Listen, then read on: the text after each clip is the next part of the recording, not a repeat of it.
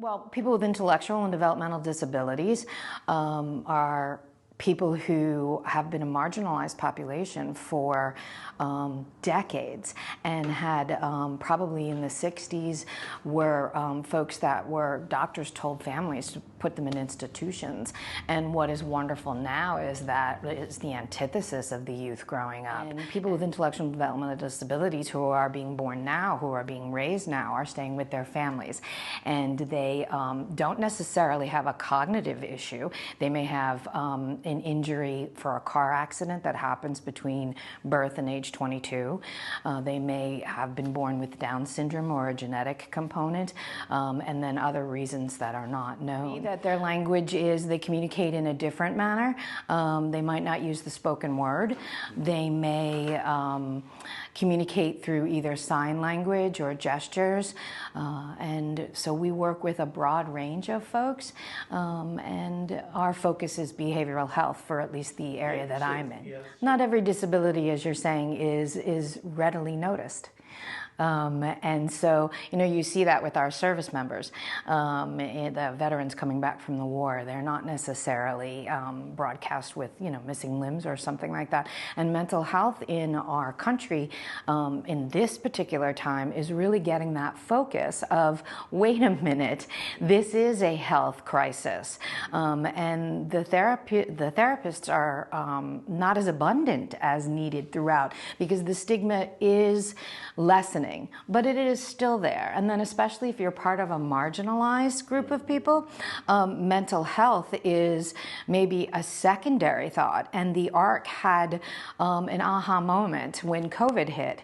And when COVID hit, we serve people, as I said earlier, with intellectual and developmental disabilities. And it's a broad spectrum. Are a group of people who were going through the pandemic as everyone else was. And what we realized was the issues, yes, were supposed to be focused about coping with COVID, but really what happened was everything came out, such as the isolation, being bullied at work, being lonely, struggling in relationships, coming out to your family and how to do it. The age range was from, young adult to 60 years of age. And what we realized was this was a need that obviously was there. And people should have choice. There are therapists in the world that people can go to. But the focus on intellectual and developmental disabilities is just starting to emerge in your regular private practices. So we felt that mental health is a large component in a trauma-informed care manner, is the primary focus for how we deliver therapy. And it is very much a holistic perspective.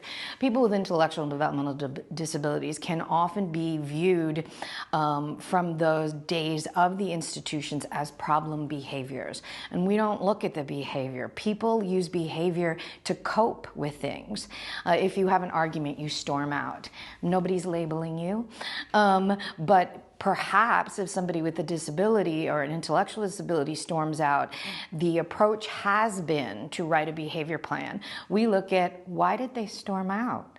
And that's where we start. And we find that if you provide traditional therapy for people with intellectual and developmental disabilities, they benefit from it the same as any other human would benefit from it. Marginalized populations, regardless of the why in marginalization, do tend to have higher rates of depression or suicidal ideations because of the access to therapy not being there.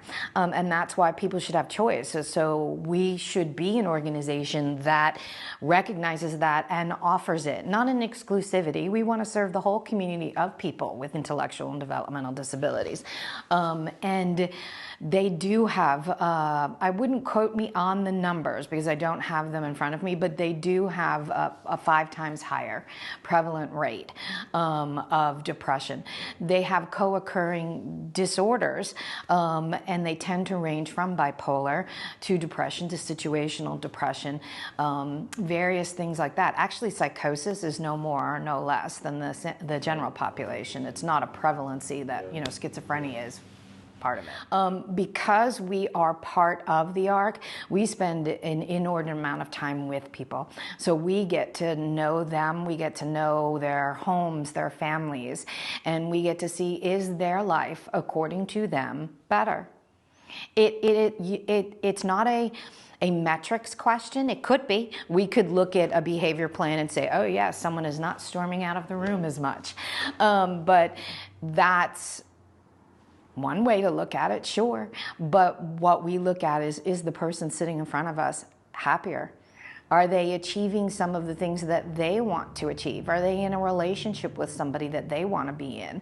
Their significant other? Are they attending school? Are they going out with their friends? And that's not a list for us if they don't want any of those things, but they're happier because they're walking around their neighborhood more. So we're readily able to see that, which is also very nice, being part of the community as well as part of the Arc.